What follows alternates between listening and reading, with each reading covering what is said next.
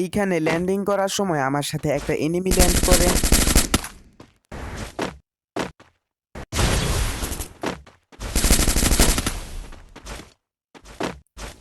তো এখানে এনিমিটাকে mini Yuji দিয়ে হেডশট আর বডি শটের কম্বিনেশনে কিন্তু আমি এলিমিনেট করে দেই। তার কিছুক্ষণ পর লুট করতে করতে আমি যখন উপরের দিকে যাই তখনই আমার আরেকটা এনিমির সাথে দেখা হয়। তো আমি এখানে গটগান নিয়ে কিছুটা ড্যামেজ দিই এনিমিকে, তারপর গ্লুয়াল মেলে অস্কার মেলে আবার গটগান দিয়ে এনিমিটাকে এলিমিনেট করে দেই।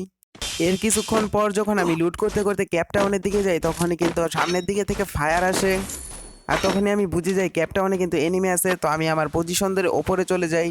তো ওপরে এসে কিছুক্ষণ অপেক্ষা করার পর দেখি নিচে এনিমিটা চলে আসছে। তো এখানে কিন্তু গটগান দিয়ে ওপি লেভেলের হেডশট দিয়ে এনিমিটাকে এলিমিনেট করে দেই। এখান থেকে লুট শেষ করতে না করতেই দেখি সামনের দিক থেকে ফায়ারের আওয়াজ আসে। তো সামনে যাওয়ার পর দেখি আরও একটা এনিমি। তো এটাকেও কিন্তু আমি গটগান দিয়ে এলিমিনেট করে দিই। এনিমিটাকে মেরে যখন আমি জোনে ঢুকতে যাইতেছি তখনই দেখি পিছন থেকে ফায়ার আসে। তো এনিমিটা কিন্তু এখানে আমাকে ভালো একটা ড্যামেজ দিয়ে দেয়, আবার হ্রাসও করে দেয়। তো আমি এখানে ব্যাক করে অস্কার মেরে কিন্তু এখান থেকে বের হয়ে যাই।